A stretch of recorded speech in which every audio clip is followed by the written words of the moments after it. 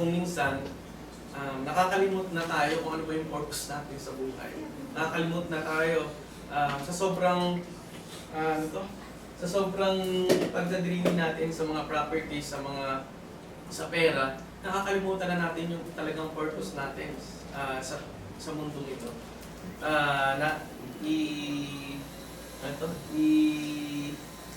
Itutuloy po natin para ma-share ko sa inyo yung nais mong sabihin. Number 2, what problem is Ecclesiastes chapter 1 verse 2 talking about Solomon is saying, in life is only about work, money, pleasure, and success. Then life feels empty. Mababasa po natin yan sa Ecclesiastes 2:4 hanggang 11. People may have jobs, houses, money, pero parang may kulang pa rin. That's feeling is vanity. So yun pala yung yung tinatawag na vanity. Na kung nakuha mo na yung mga bagay niya, parang may kulang pa rin. Parang mayroon pa pala yung gustong gawin. Walang kasiyahan.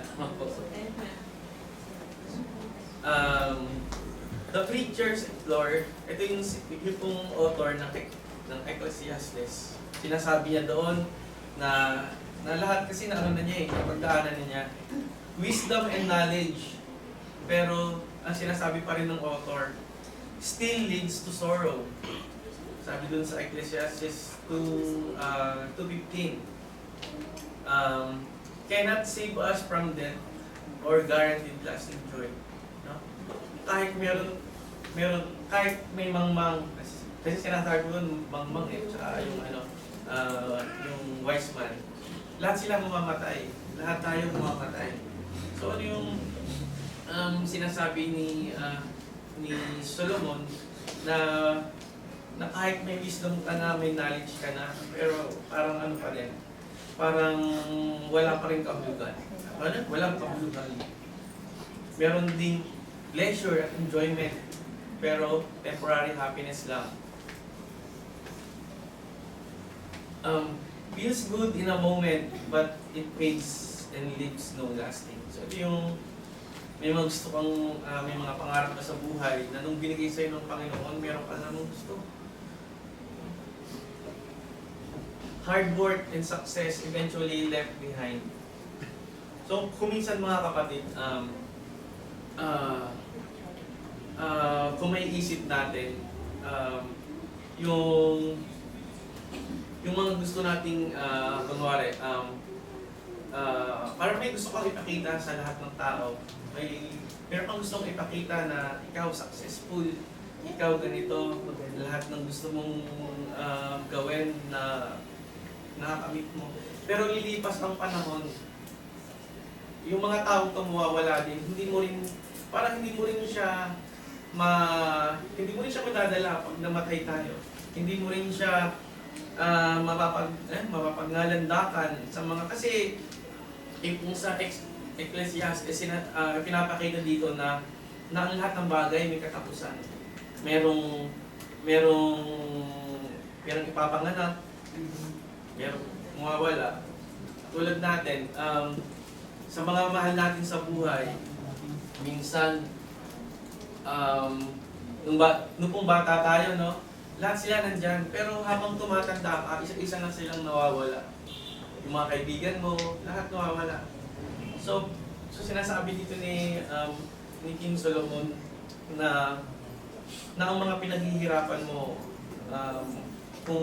kung ang puso mo ay may nagkukulang, yun yung walang kabuluhan. Late niyo po ating sasagutin kung bakit walang kabuluhan yung mga yan. You cannot work with your whole life, but you cannot take your achievements with you. So yun po yung kahit sobrang galing mo sa work, ikaw yung the best IT in the world, ikaw yung the best na e-commerce master, ikaw yung magaling mag-trade, pero pagdating ng araw, mawawala din yan. And next, why do things feel empty? Bakit nararamdaman natin na parang may kulang? Parang may kulang sa mga ginawa natin, sa mga success natin sa buhay. Things do not last. So yun po pala yung meron po kasing verse sa Ecclesiastes, later maano po natin. Yung puso natin, ang hinahanap niyan, long-lasting, eternity. Kasi yung pong mga bagay dito sa sanlibutan, lahat po kasi yun ay temporary. So, kung gusto mo ng example, nakapag-pundar ka na ng bahay, eh yung puso mo parang may kulang pa din. Gusto ko pang bumili sa ibang lugar para makapag-bakasyon, pupunta doon. So yun po yung yun po yung sinasabi sa Ecclesiastes na may mga bagay sa ating puso na meron na walang kabuluhan ng mga ginagawa ng tao. Happiness from things is short. Yung pong kasiyahan, minsan mamaya masaya ka. Tomorrow, yung kasiyahan mo na yun, makakalitan na ng ibang feelings. Our heart wants something more. So may mga gusto pa yung puso natin na parang hindi tayo makontento sa mga bagay-bagay. Kaya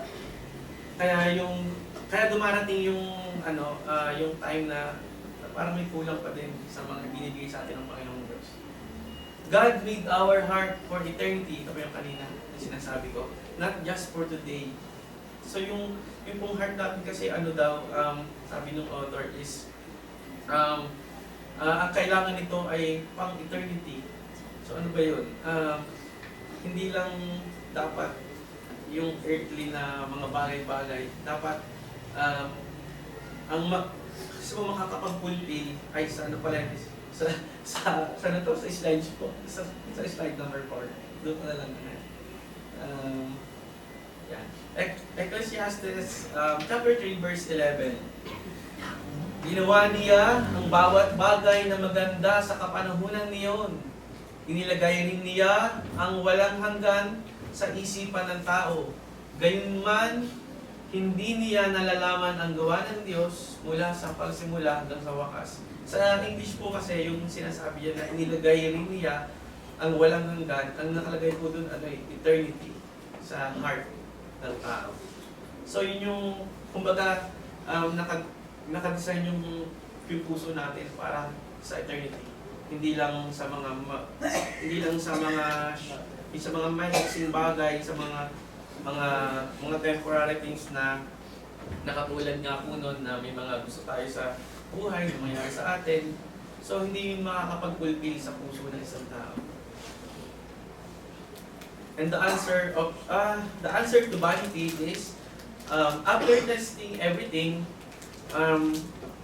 ang sinasabi po ni Solomon doon at ina-advise na trust God, obey Him, and make Him our priority. That is the purpose of life. So yun po pala yung answer doon sa parang kakulangan. Yun po yung kakulangan sa puso natin. Na para tayong isang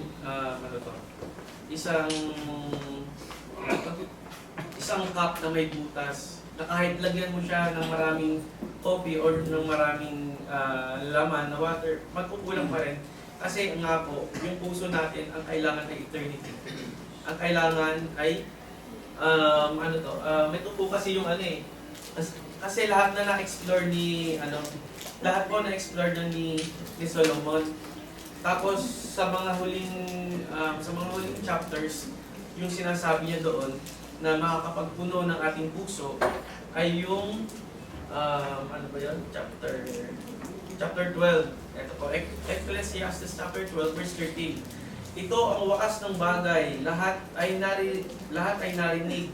Matakot ka sa Diyos at sundin mo ang kanyang mga utos sapagkat ito ay buong katungkulan ng tao.